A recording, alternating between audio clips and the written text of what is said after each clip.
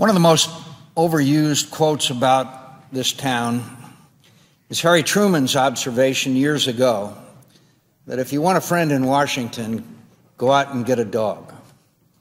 I spent a good many years here now, and I suppose there's a little truth in that advice.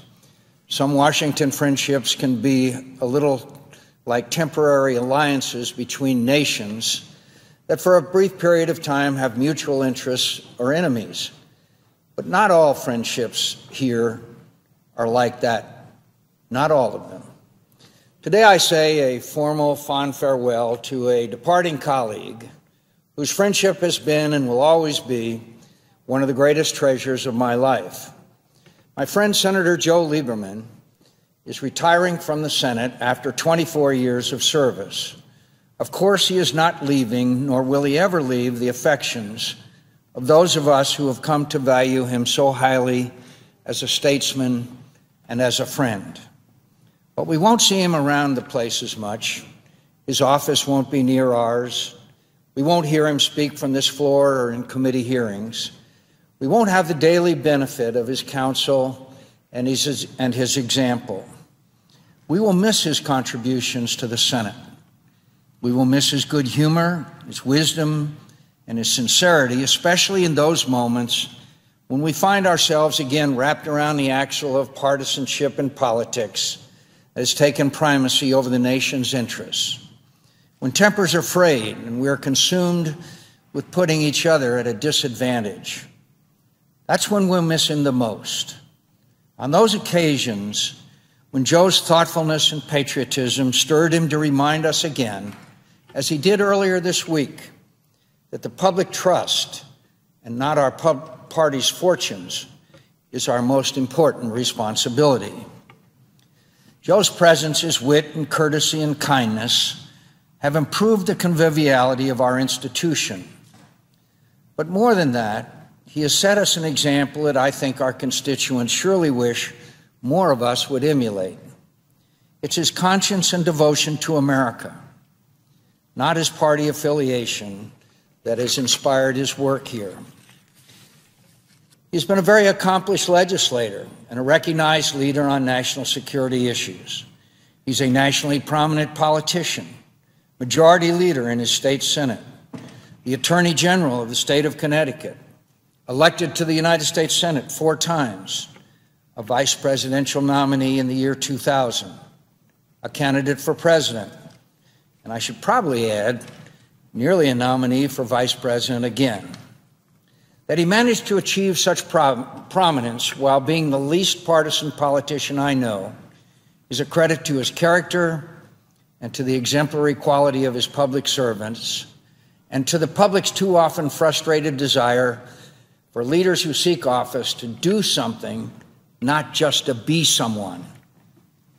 He's been a tireless advocate for the rights of the oppressed, the misfortunate, the disenfranchised, and tireless, too, in his concern for the security of the United States, for the strength of our alliances, the excellence of our armed forces, and the general progress of our values. He came here to do justice, to love mercy, and to walk humbly with his God. It's hard to find anyone here who doesn't like and admire Joe.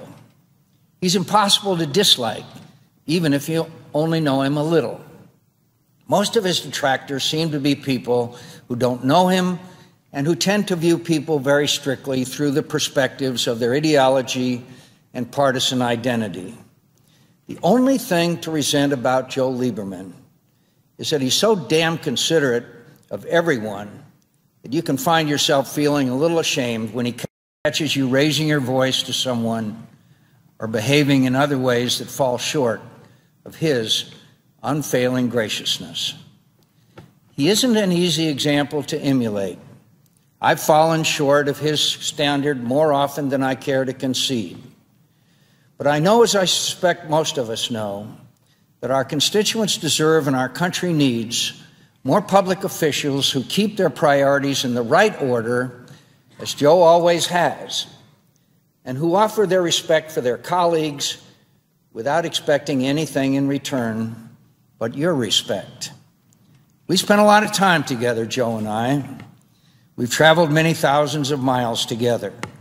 We've attended scores of international conferences together, met with dozens of world leaders, with human rights activists, and the occasional autocrat. We visited war zones and shared the extraordinary experience with equal parts gratitude and awe of talking with and learning from the Americans who risk everything so that the rest of us may be secure in our freedom. I've been able to study Joe at close quarters, and he's never failed to impress me as a dedicated public servant, a loyal friend, a considerate gentleman, a kind soul, and very good company. I've also been privileged to witness the sincerity of his faith.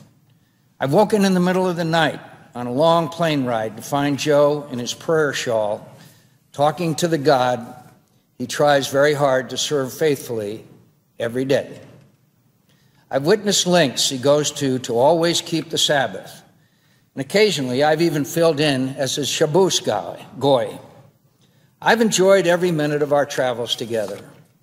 He's just a quality human being, and time spent in his company is never wasted. I've worked with Joe on many issues and opposed him on more than a few. But I've always been just as impressed by him when we disagree as I am when we agree. He's always the same, good-natured, gracious, and intent on doing his best by the people who sent him here and the country he loves. He's leaving the Senate, and I'm going to miss him here a lot. But I doubt any of the many friends he's made here will let him stray far from our attention.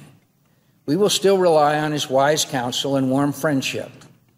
I know I will. I hope we're not done traveling together. I hope to see him in other conferences and meetings abroad. I want to go back on the road and learn from him and just pretend he hasn't left the place that brought us together. He's as fine a friend as I've ever had and irreplaceable in my life, and I cannot let him go. Thank you, Joe, for all you've done for me, for your many kindnesses, your counsel, your company, and for teaching me how to be a better human being. I'll see you again soon. I yield the floor.